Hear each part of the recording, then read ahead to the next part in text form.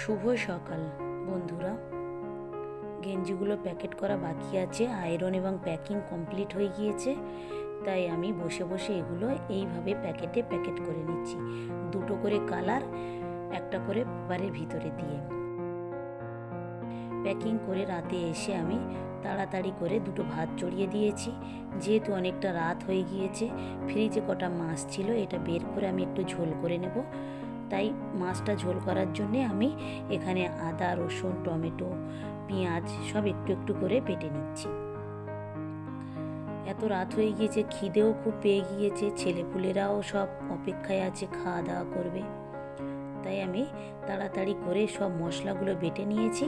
নিয়ে এটাকে আমি হাতে ঘষে আজকেরে এই ঝোলটা তৈরি করে নেব, যাতে তাড়াতাড়ি করে আমার এই রান্নাটা হয়ে যায়। আবার কালকে সকালবেলা ছেলের স্কুলে কর্মশিক্ষার পরীক্ষা আছে, হাতের কাজের কোনো জিনিস করে দিতে হবে। আবার স্কুল থেকেও বলে দিয়েছে কি তৈরি করতে হবে। সেইভাবে আমি তাড়াতাড়ি করে রান্নাটা রান্না করে নিয়ে হাতের কাজের জিনিসটা তৈরি করব। এখানে গুঁড়ো মশলার মধ্যে আমি একটুখানি জিরে গুঁড়ো, ধনিয়া গুঁড়ো দিয়েছি, দিয়ে আমি একটু ভালো করে হাতে ঘষে এই ঝোলটা তৈরি করে নিচ্ছি।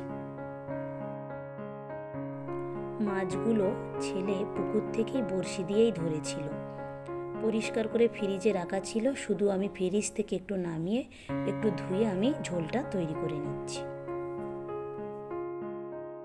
হাত দিয়ে খুব সুন্দরভাবে আমি মাছটাকে মাখিয়ে নিচ্ছি। নিয়ে আমি এখানে খানিকটা জল দিয়ে দিচ্ছি, দিয়ে এটাকে আমি একটা ঢাকায় ঢেকে এই তরকারিটা আমি রান্না করে নেব। যেহেতু ছেলে মাছ পছন্দ করে না, খেতে গেলে হয়তো একটু কান্নাকাটি করবে, তাই আমি আর একদিকে ডালও চড়িয়ে দিয়েছি। আর ডাল তো শুধু খাওয়া যায় না, তাই আমি কয়েকটা আলুও ছোট ছোট করে কুচিয়ে নেব আলুটা ভাজা করার জন্য। এদিকে আমার ঝোলও হয়ে এসেছে, ঝোলটা নামিয়ে আমি এখানে খানিকটা আলুও ভেজে নেব।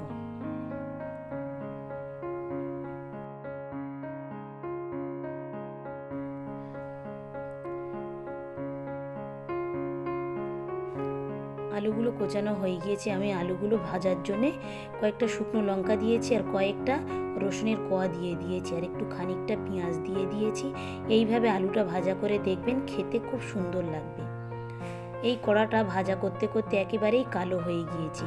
এই কড়াটায় যে কোনো জিনিস ভাজা করতে এত ভালো লাগে, কড়ার গায়ে লেগেও যায় না। সেই জন্যে আমি যে কোনো ভাজা পোড়া করতে এই কড়াটা আমি ব্যবহার করি বেশিরভাগ সময়। অল্প মতো একটু লবণও দিয়ে দিয়েছি, যেহেতু আজকের বাড়িতে কাঁচা লঙ্কাও ছিল না, সেই জন্য আমি আজকের আলু ভাজাতে একটু শুকনো লঙ্কার গুঁড়োও দিয়ে দেব। যেহেতু স্বাধীনতা দিবস 15ই আগস্ট আর 1-2 দিন পরে, তাই পরীক্ষার জন্য যে হাতের কাজগুলো করতে বলেছে, সেখানে কিন্তু ওই 3টে কালারের কাগজ নিয়ে করতে হবে, গেরুয়া, সাদা আর সবুজ। তাই কি করলাম, রান্নাবান্না করে খাওয়া দাওয়া শেষ করে ছেলেটার জন্য কি তৈরি করলাম, সেটা অবশ্যই ভিডিও শেষে আপনাদের সঙ্গে শেয়ার করব। ভিডিওটা তাহলে এখানেই শেষ করছি।